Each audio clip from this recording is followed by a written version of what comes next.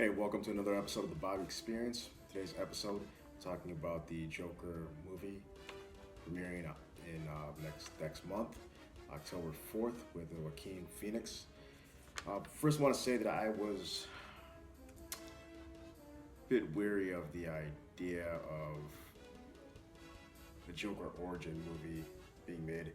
Uh, One of the reasons is because I think what makes the Joker um, scary, terrifying, mysterious is we don't know where it came from. Uh, Even the origin stories in the comics aren't really canon. There hasn't been a definite origin.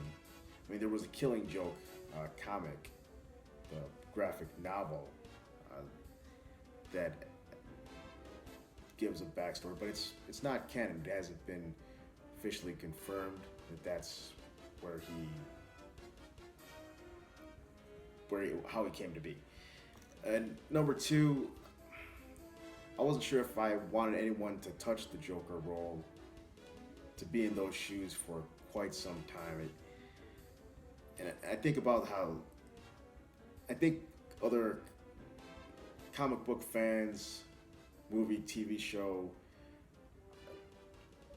Batman enthusiasts would feel that there's this high standard as when it comes to how we want the Joker to be, I guess, portrayed. Now, Jared Leto, I think most folks could agree that not that he himself is a bad performer, but his just was not that great. But going back to what it is with this Joker role, I mean, it started with Cesar Romero on Adam West, six in the '60s, that Batman TV show, and then there was Jack Nicholson, who was phenomenal. Then there was Heath Ledger, and people had doubts about him, but he ended up being terrifying on screen. And he's one of the reasons I myself got into acting, because I saw his role, and I thought I'd love to play a character, whether it be a villain or some hero that could make that kind of impact to the audience. But the more I'm seeing when it comes to the trailers and clips of this upcoming film, the more I'm intrigued, and I know it's going. From what I'm seeing, it's Arthur Flex. That's the Joker's name in this interpretation of this upcoming film. His descent into madness, how he eventually becomes the criminal mastermind, this clown prince of crime that we know him to be. So, I mean, from the trailers, you can see that he's in Gotham City, which is a dump, and people are treating him like trash, and the city's full of trash too, from what we can see. And looks like he's going to be a failed comedian. But from what I'm seeing so far, it looks good, and there's some buzz. There's this hype, and I can't believe this. So at the Venice Film Festival, after it was shown, standing ovation for 8 minutes. I mean, what does that tell you? They were really impressed, and they're even saying that it's Oscar worthy.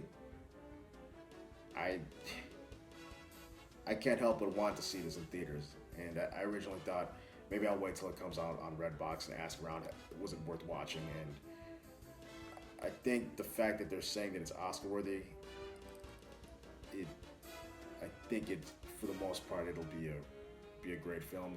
I know I've already seen here and there a few critics that are not fond of it, that don't like the film. But of course, there's always going to be your critics. But I believe it has 86% rating on Rotten Tomatoes, and which is not bad. So I definitely want to watch this when it comes out. That and Joaquin Phoenix. He's a very talented guy. I mean, first time I saw him was in that movie Gladiator, where he played Commodus, this person that's tried to please his father, and he was jealous of Maximus, and was power hungry. So he can play a villainous role, and he can play a number of other roles too. He got to play Johnny Cash and Walk the Line, and he had some other parts too. And he looks like this was a part for him. I mean, he lost all that weight to get the Joker's thin physique and that laugh. He's definitely looks and sounds like the Joker, and I can't wait to see how it all plays out, and to see this Elseworld story. But this is Bobby with the Bobby Experience. I look forward to watching this film, and we'll probably talk about it some more after it premieres. Yep. See you next time. Have a good day.